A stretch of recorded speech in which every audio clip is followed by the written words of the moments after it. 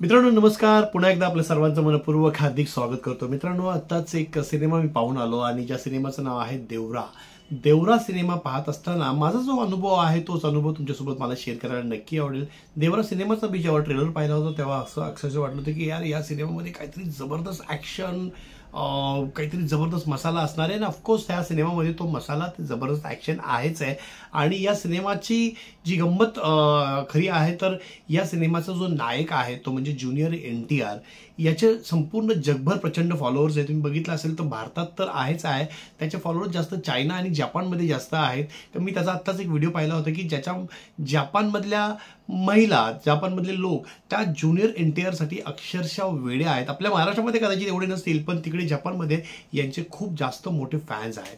या सिनेमाचं बजेट जर सांगितलं तर सांगतो की हे बजेट जे मला सोशल मीडियावर कळालं, या 300 कोटीमध्ये बनलेला हा सिनेमा आहे आणि पहिल्याच दिवसामध्ये 100 कोटी त्यांनी क्रॉस केलेला आहे. पहिल्याच 2 दिवसाचं कलेक्शन जर बघितलं तर या सिनेमाने आत्तापर्यंत 250 कोटी कमवले आहेत. म्हणजेच अशी अपेक्षा करतो की हा सिनेमा येत्या आठवड्यामध्ये हा सिनेमा जाणार आहे कमीत कमी 500 कोटीपर्यंत.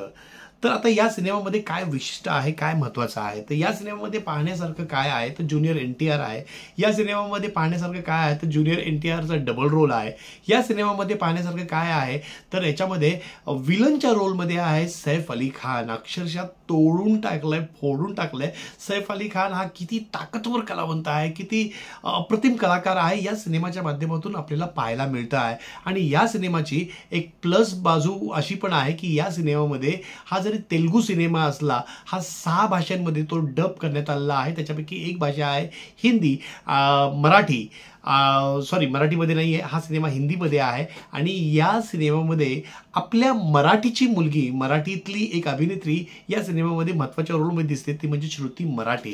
तर तुम्ही मराठी आहात, मी पण मराठी आहे, तर नक्कीच श्रुती मराठेचे आपण सगळेजण फॅन आहोत. तर श्रुती मराठेला बघायला नक्कीच या सिनेमामध्ये जा.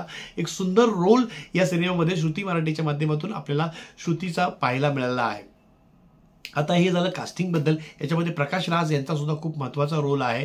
तर ओव्हरऑल ही सगळी कास्टिंग जी आपल्याला माहिती त्याचबद्दल मी तुम्हाला आत्ता सांगण्याचा प्रयत्न केला आहे. तर सिनेमामध्ये काय आहे की एक लाल समुद्र आहे, ज्या समुद्रामध्ये जेव्हा कुठल्या बाहेरगावच्या जे आपल्या देशाच्या सीमेवर हा लाल समुद्र आहे, त्या लाल समुद्रामध्ये एक बेट आहे. त्या बेटावर 4 गावं आहेत. त्या 4 गावामध्ये राहणारे हे सगळे लोक आहेत. आणि प्रत्येक गावाचा एक मान असतो, एक शस्त्रपूजेचा एक मान असतो, जो नेहमीच NTR यांच्याच गावाला, ज्यांचं नाव आहे देवरा, देवराच्याच गावाला असतो. कारण तो ताकदवर आहे, जो युद्धामध्ये, जो त्या परंपरेमध्ये हा सगळ्यांना हरवू शकतो आणि त्याचंच सगळे लोक ऐकतात. आणि त्याच्याचमुळे त्याच्या गावाला तो मान आहे शस्त्रपूजेचा. आणि दुसरा त्याच्या अपोजिट नेहमीच असतो, जो त्याच्यात तेवढा ताकदीचा आहे, तो म्हणजे सैफ अली खान. ऑफकोर्स सैफ अली खान किती देखना, किती हँडसम, किती फेमस असला तरी शेवटी तो या सिनेमाचा हिरो नाही आहे, तो या सिनेमाचा विलनच आहे. त्याच्यामुळे तो मान NTR ज्युनियरकडेच जाणार आहे, यात काहीच वाद नाही आहे. आणि याच्यामध्ये दुसरी महत्त्वाची गोष्ट म्हणजे आपण सगळेजण एक गाणं तुम्ही पाहिलं असेल जान्हवी कपूरचं. जान्हवी कपूर या गाण्यामध्ये प्रचंड सेन्शियस दिसलेली आहे. आणि नक्कीच मला माहिती आहे की जान्हवी कपूरचे फॅन सुद्धा भरपूर आहे. जान्हवी कपूरचे फॅन सुद्धा जान्हवी कपूरला बघायला नक्कीच तुम्ही गेला असेल तर या सिनेमामध्ये आपल्याला पाहायला मिळतं की एक समुद्रकाठी एक बेट आहे. त्या बेटमधून काही बोटी जात असतात. त्या बोटीमधला माल लुटण्याचं काम हे लोक करत असतात.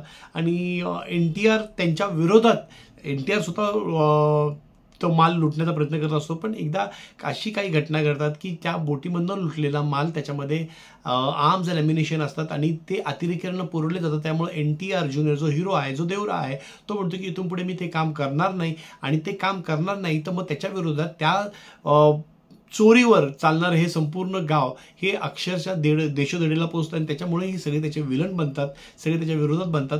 पण अशा या विलन झालेल्या NTRचा देवरा ते बेट सोडून जातो, पण समुद्राची रक्षा करतो. जर कोणी अशी काही गोष्ट केली, चोरीमारी केली समुद्रामध्ये, तर तो त्याला सोडत नाही. असं हे कंटिन्यू चालत असतं. आणि जेव्हा स्वतः देवरा सोडून जातो त्या याला त्या बेटाला सोडून जातो, तेव्हा त्याचा मुलगा असतो तो मोठा होतो आणि तो आपल्या बापाच्या विरोधात जातो. कारण त्याची अशी समज असते की माझ्या बापाने आमच्यापर्यंत आमच्यासाठी काय केलंय, फक्त आपलं गाव वाचवण्यासाठी, हा समुद्र वाचवण्यासाठी केलं आणि तो आता आम्हाला सोडून गेलाय. आम्ही कसं जगतो कसं राहतो हे यांना काय माहिती आहे. तर त्याच्या आईची भूमिका ही नक्कीच देवराच्या बायकोची भूमिका श्रुती मराठेंनी केली आणि त्याच्या आईची नंतर भूमिका केली श्रुती मराठे यांनी सुद्धा. आणि ओव्हरऑल या सगळ्या गोष्टीमध्ये जो लक्षात राहतो आपल्याला तो म्हणजे सैफ अली खान. भैराचा रोल त्यांनी केलेला, भैरा नावाचं कॅरेक्टर आहे आणि तो गावातल्या मुलांना ट्रेन करत असतो. तो त्याला ही नेहमीच भीती असते की कधी ना कधी देवरा नक्की येईल आणि देवरा आपली सफाई करेल, तर देवराला कसं आपल्याला मारता येईल त्याच्यासाठी तो मुलांना ट्रेनिंग देत असतो आणि ही सगळी दहशतवादाची ही सगळी गोष्ट तो चालवत असतो. आणि होतं तेच. काही वर्षानंतर देवरा येतो आणि त्याच्यामध्ये युद्ध होतं. त्या युद्धामध्ये कोण जिंकतं कोण हारतं हे सगळं फिल्ममध्ये पाहण्यासारखं आहे. पण ओव्हरऑल जेव्हा आपण फिल्म बघतो तर एक सुंदर अनुभव आपल्याला मिळतो. कारण ही फिल्म बघत असताना आपल्याला असं वाटतच नाही की यार बरेचसे सीन असे वाटतात की आपण बॉलिवूडची नाही, आपण हॉलिवूडची फिल्म बघतोय, आपण हिंदी नाही तर आपण कुठल्या बाहेरची फिल्म बघतोय. कारण बरेचसे सीन्स असे आहेत जे इंटरनॅशनल फिल्ममध्ये पाहायला मिळतात. काही ॲक्शन सिक्वेन्सेस खरोखर बघण्यासारखे, अंडर वॉटर फायटिंग आहे ती सुद्धा बघण्यासारखी आहे.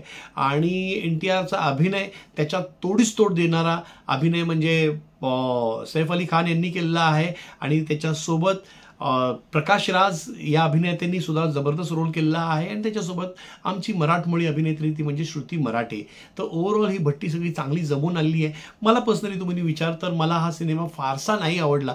त्याचं कारण आहे की याच्यामध्ये फक्त मसाला मसाला मसाला मसाला आहे, दुसरं काही नाही आहे. याच्यामध्ये ॲक्शन्स आहेत, सगळ्या गोष्टी आहेत, पण कुठंतरी असं वाटून राहते की यार असं कुठं असतं का यार, असं कुठं सिनेमा असतो का, ही गोष्ट आपल्या मनाला पटत नाही. तर तुम्ही ॲक्च्युअल फिल्म लवर असाल, तुम्ही जर चित्रपटाच्या प्रेमात असाल तर नक्कीच हा सिनेमा जाऊन बघा. तुम्हाला ॲक्शन्स आणि बाकीच्या सगळ्या गोष्टी पाहायला मिळतील. पण स्टोरीच्या बाबतीत मला वाटत नाही की ही स्टोरी आजच्या काळातली आहे. ही आजही वाटते की आपण 1995-90 सालची स्टोरी आपण बघतो. बाप आणि बेटा सेम, बाप आणि बेटा सेम तसंच असतो, तोच रोल डबल रोल बघतो आणि ही अशी ती कुठेतरी फिलिंग येते. फक्त आजची टेक्नॉलॉजी वापरल्यामुळं थोडासा तो सुसह्य असा सिनेमा आपल्याला वाटतो. ओव्हरऑल हा सिनेमा बघत असताना मला तेच वाटलं की यार देवरा गेला तर त्याच्यानंतर कोणतं, तोच परत देवराच येतो, म्हणजे त्याच्या मुलाच्या रूपाने येतो, तोच हिरो येतो आणि तो हिरो नंतर जान्हवी कपूरच्या प्रेमात पडतो. जान्हवी कपूर फक्त नाममात्र, आपण म्हणतो ना की जेवणामध्ये लोणचं पाहिजे तसं लोणच्यासाठीच वापर केला आहे जान्हवी कपूरच्या. फक्त तिला सर्व सेन्शियस एक गाणं दिलेलं आहे, छोटेसे 2-4 रोल दिले, 2-4 सीन दिलेले आहेत. त्याच्यानंतर जान्हवी कपूर आपल्याला दिसत नाही. त्याच्यामुळे जान्हवी कपूरचे फॅन असाल तुम्ही, जर जान्हवी कपूरला बघायला जात असाल तर त्याच्यामध्ये खूप कुंचम थोडीशी आपल्याला दिसलेली आहे, जास्त दिसलेली नाही आहे. पण जेवढी दिसलेली आहे तिने अप्रतिम रोल केला, याच्यात काहीच डाऊट नाही आहे. तर ओव्हरऑल माझ्याकडनं देवरा या चित्रपटाला मी फक्त 2 स्टार्स देईल. 5च्या पैकी 2 स्टार्स देईल. बाकी सिनेमा सोसो आहे, एक एंटरटेनमेंट फॅक्टर आहे, बस दॅट्स ऑल. मसाला सिनेमा आहे, नक्की जाऊन बघा. तुम्हाला बोर होईल, प्रत्येकाची चॉईस वेगळा असतो, प्रत्येकाची मतं वेगळी असतात. त्यामुळे तुमचं काय वाटतं तुम्ही जाऊन बघू शकता. ओव्हरऑल मी स्टोरी सिनेमाबद्दलची ह्या गोष्टी सांगितलेल्या आहेत. तर मित्रांनो पुढच्या एपिसोडमध्ये नक्कीच काहीतरी घेऊन भेटूया. Still then signing off. आमच्या या एपिसोडला नक्कीच तुम्ही कमेंट करा, लाईक करा आणि सबस्क्राईब नक्की करा. Bye bye.